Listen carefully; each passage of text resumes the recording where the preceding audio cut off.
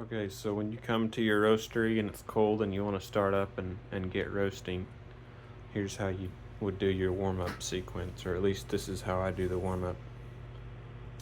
I set my heat and loft to auto. I enable my loft and heat. And then here I set my loft. Well, here's a quick button. You can either hit it there, or you can manually do it with this slider, or you can hit these buttons here to increase or decrease it. So I usually set my loft to 65, and then I like to see what's going on, so I just hit start here and it'll start logging. So you see it's recording now. And then I press the BBP start button. So that works for between batches or your warm-up sequence.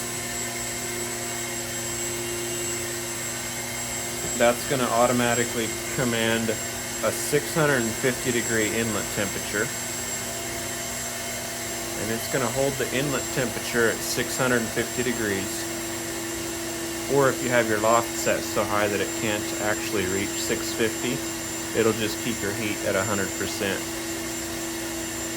But either way, it'll either try to hold 650 or just keep your heat at 100% until your chamber wall gets to 280 degrees. So you can see it's this dark green line that's slowly going up now.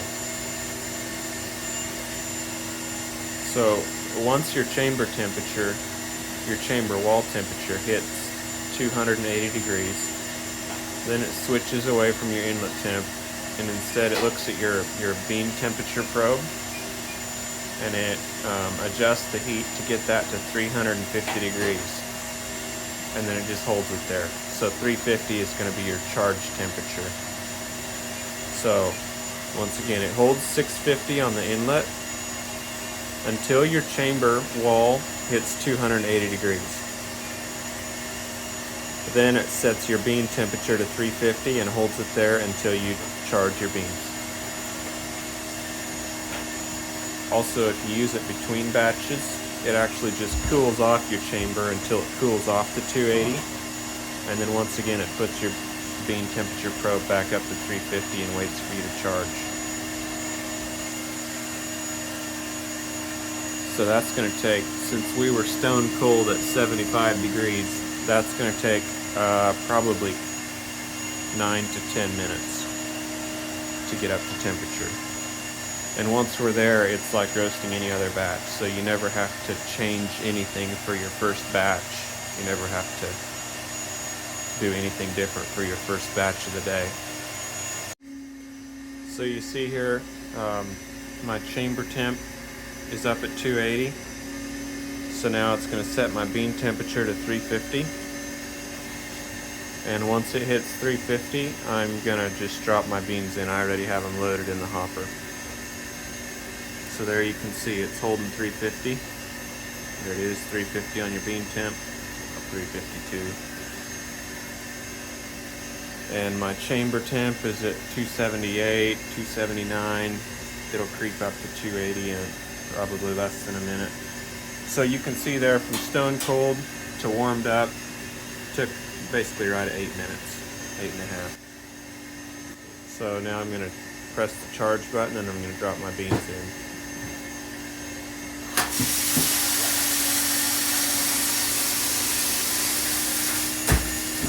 I have it set to automatically, oh no I don't actually, press the charge button. But anyway, once it's in, close the door. Johnny, please leave it. It pops up a window asking me some information about the beans.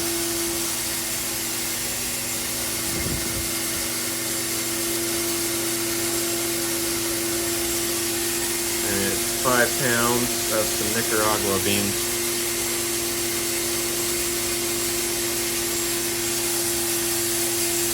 So when I press charge, it holds the heat at 40% for, what is that, 20 seconds I believe.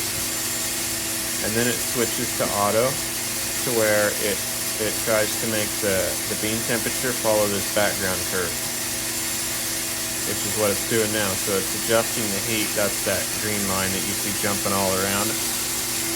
It's adjusting the heat up and down to make sure that the bean temperature line tracks the background curve. And it's just going to keep doing that on out here. This model does not have the auto drop, so it's just going to keep going until you press drop. If you try to roast past here, it's just going to hold that end temperature, which is 425. So you'll want to make sure that the background profile you have in there goes hot enough.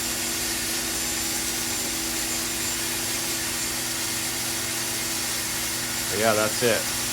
Hands off now until I drop it. Assuming I have my loft set appropriately. I kind of have some presets. I like 65 for like a 5-pound batch. You'll go 70 to 75, maybe about 73 for a full 8-pound batch. Somewhere in that range anyway.